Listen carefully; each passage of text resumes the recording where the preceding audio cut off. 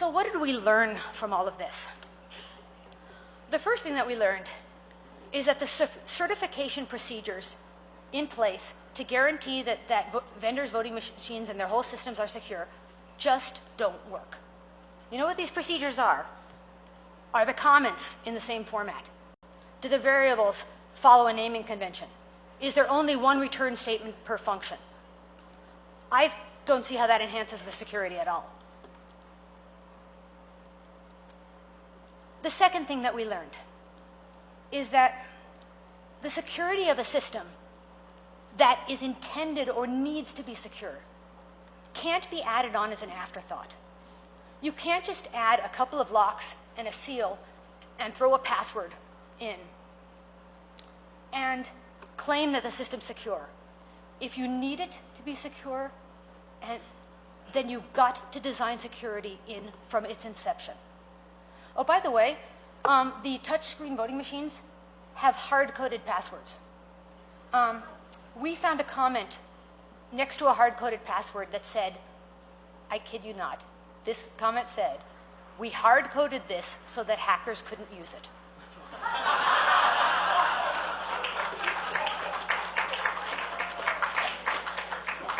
Yeah, you can't make this stuff up. Viral? Yeah, I'll get that up. The third thing that we learned is that, well, we weren't the only ones looking at this system.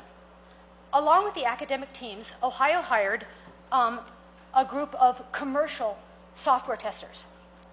And they have a methodology, and they've got a business that goes around and trying to determine the security of software systems. And they didn't find anything that we didn't find. But we found a lot that they didn't. So why did our ad hoc, thrown together method find so much more than they did? We think it's because we approached it like hackers. We sat down, every one of us with our little piece, and we basically said, how do I attack this system? If I poke at it here, which way does it move, and what does that tell me? And it allowed us to go off on tangents if it looked interesting. And that allowed us to make some of our best finds. For example, the Palm Peb emulator. The first thing we noticed when we unboxed that touchscreen is that there's no on-off switch. But if you stick that little box in that little slot, the machine comes on. Wow, okay, there's a switch in there somewhere. If you put the wrong one in, it comes on, but it gives you an error message, wrong Peb. So that means there's some communication going on. And so the next step was just try and decode that communication. Another example is finding the ballots. The reason we found we could forge ballots was because we tried to make a photocopy, and we sent it through, and it spit it out and said possibly counterfeit. So we thought, okay, the papers aren't the same color. The weight, this is paper and this is cardstock. But looking closely at the ballot, you could see that some boxes didn't look exactly the same as the other. It was a little fuzzier, not quite as clear. Okay, what does that mean? And that tangent led us to that. And then the one other thing that we did is that we stepped back and looked at this not as this problem with this machine and this problem with that one, but as pieces of an entire system. And we were able to find our major discovery, that of viral propagation, because we said, we've got a vulnerability here, that we've got this piece of a puzzle. How do we use that to attack this piece?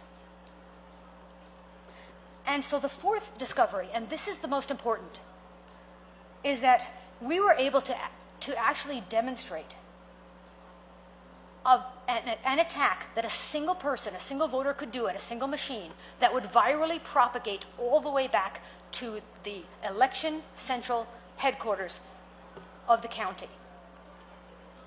And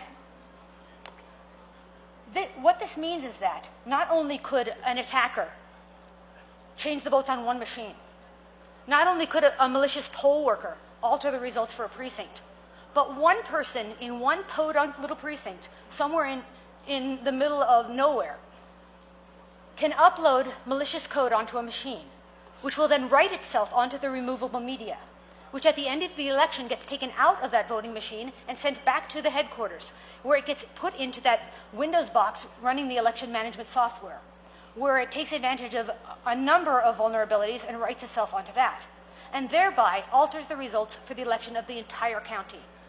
And if you don't think that's important, please remember that in 2004, the entire country waited to find the results of who got Ohio's electoral votes.